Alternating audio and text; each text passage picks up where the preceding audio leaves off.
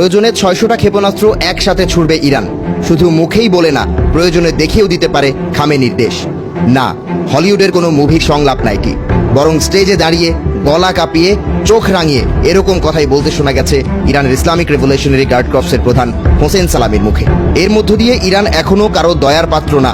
গত 1 বছরে 10 গুণ সামরিক শক্তি বেড়েছে ইরানের। জাতীয় মর্যাদার প্রশ্নে কোনো আপোষ করে না ইরান।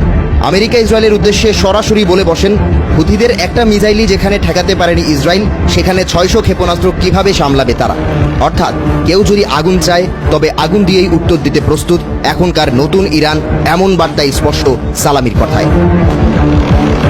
ঠিক এমন সময়ে এই কঠিন বার্তা দিয়েছেন ইরানের জেনারেল সালামি, যখন সৌদি আরবের মঞ্চে দাঁড়িয়ে ইরানকে একের পর এক হুমকি দিচ্ছেন সাবেক মার্কিন প্রেসিডেন্ট ডোনাল্ড ট্রাম্প। তিনি বলেন, ইরানকে এখনই ঠিক করতে হবে তারা শান্তি চায় নাকি পারমাণবিক অস্ত্র। আজকের ইরান অনেক বদলে গেছে। দেশ এখন যুদ্ধের হুমকিকে ভয় পায় না, বরং জবাব দিতে প্রস্তুত। তাদের সামনে এমন পুরনো ধরনের হুমকি খুব একটা কাজে দেয় না।